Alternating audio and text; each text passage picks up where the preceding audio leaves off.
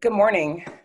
I'm a proud Kentuckian. I grew up in Richmond, Kentucky, and found myself a resident of Louisville when I came to attend the University of Louisville. Next slide. How many of you all know Ivor? He cooks or used to cook omelets at the Bardstown Road Market. He's also was co-owner and may still be co-owner of the Harvest Restaurant on East Market. Funny thing, before Ivor and I knew each other, became comrades in enhancing our local food system, Ivor was my creative writing instructor at the university when I was a sophomore there. And when I graduated from the university and decided that I didn't want to teach middle school math and English, um, I reconnected with Ivor. Next slide. Ivor was the board chair of Community Farm Alliance. I came on as a community organizer to work with he and residents in the neighborhood who wanted a market there. Ivor was selling his products to a couple of women, Rita Clayton and Lita Goodrich, who were owners of a restaurant over on Eastern Parkway, and they lived in the Portland neighborhood. And they said, look, Ivor, we're getting this great food for our restaurant. Why can't we get that in our neighborhood? And so that was the start of the Portland neighborhood.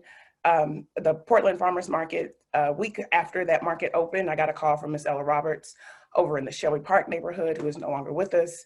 And she said, hey, if Portland can have a farmer's market, so can we come over here and find out what's going on with our neighborhood. And so I went over and met with her.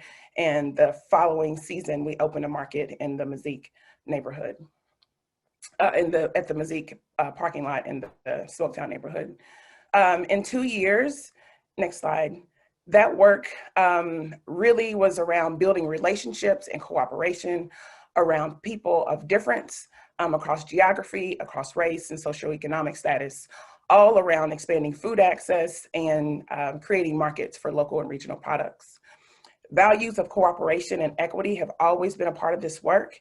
And we have been adamant that we can expand food access and provide parity for small farmers and regional farmers in our state. And that's what we continue to do.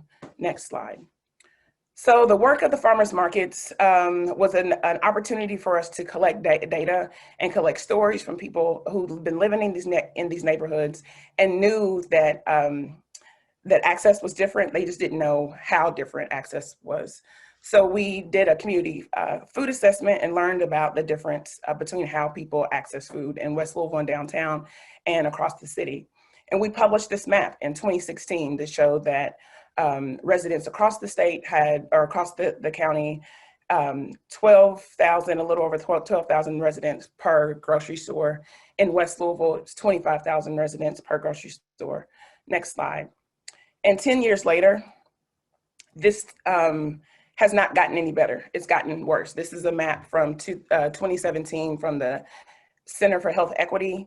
And if you kind of look a little closer, the downtown has hollowed out. There are less grocery stores that serve the central business district and neighborhoods that surround downtown. And so my friends and I decided we're going to do something about it. Next slide. In 2016, we decided to get together. We sat in each other's kitchens and across our dinner tables and met for a year to learn about cooperative economics, not only just cooperative economics, but cooperative grocery stores, and then cooperative grocery stores that are located in urban neighborhoods. And what we found is that we are a small group of a budding group of folks across the country who are using cooperative economics to solve this problem of food access and building new markets.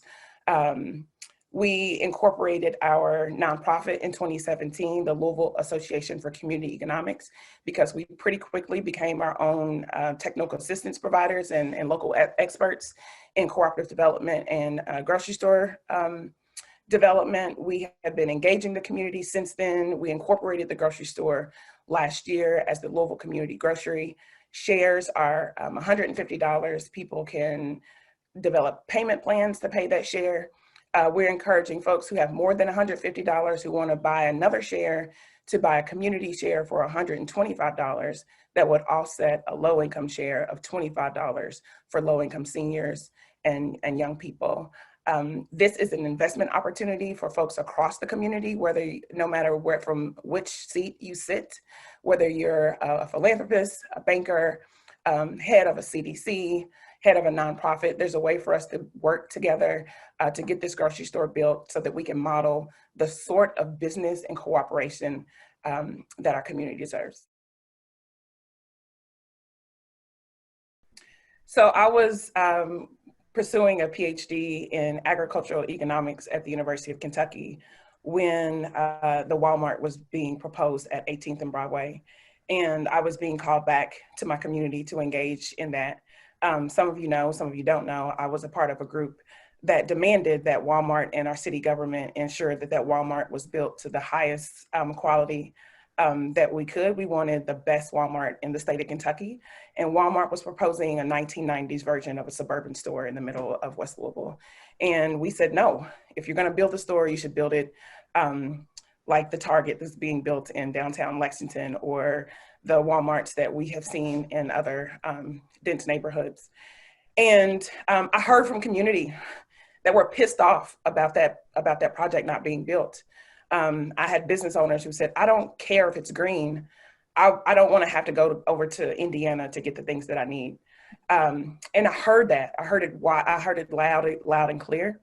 And it made me understand that we needed to put out a vision and create an opportunity for people to see that vision. We didn't have any control over what was going to happen with Walmart, even though we had local officials that was representing us.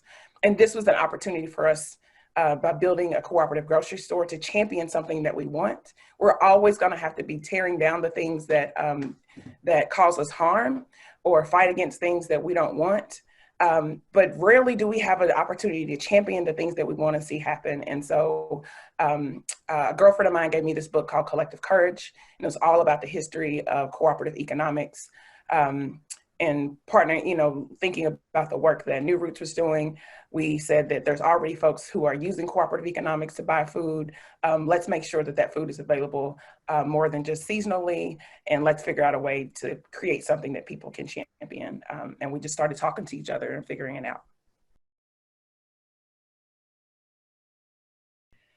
So there are a number of ways that people can get involved for our organization. So LACE is a nonprofit. You can become a member of LACE for $30. You can become a share owner into the grocery store for $150. And as I said, we're encouraging people to buy $125 shares to offset low income shares. And you can also donate to LACE. But largely, as Karen said, we need a culture of good food and healthy food in our community. So when you go to the grocery store, and if it's a corporate grocery store, ask them what their produce section looks like in the other side of town. If you live in a neighborhood that doesn't have good access, ask the produce manager and have some conversations with them. When you go to your favorite restaurant, ask them if they're buying any local products. When you drop your kids off at school, let's talk to them about what we're feeding our kids. We need a culture of fresh food and health. We talk a lot about it. We've been branding this city as a health equity city, and it's time for us to put our money in where our mouth is. It's time for us to lace up our shoes and get out and walk. And we have to make health and access to being healthy a lot more. It has to be regular. I mean, when I moved from Shelby Park over here to Wyandotte Park, my health changed because it felt easier to walk in this neighborhood than it did in Shelby Park. Shelby Park has a lot of one-way streets. Some of the sidewalks aren't conducive to walking. Traffic goes really fast when I lived in that neighborhood. The tree canopy over here at Wyandotte is so much more diverse and it's beautiful. It's so much more mature. There are sidewalks and it feels like a neighborhood. And so when you're talking to your Metro Council people, when it's time to look at the budget, let's look at where we are investing resources and are we creating a culture in this community where people have more access to food than we have access to bourbon.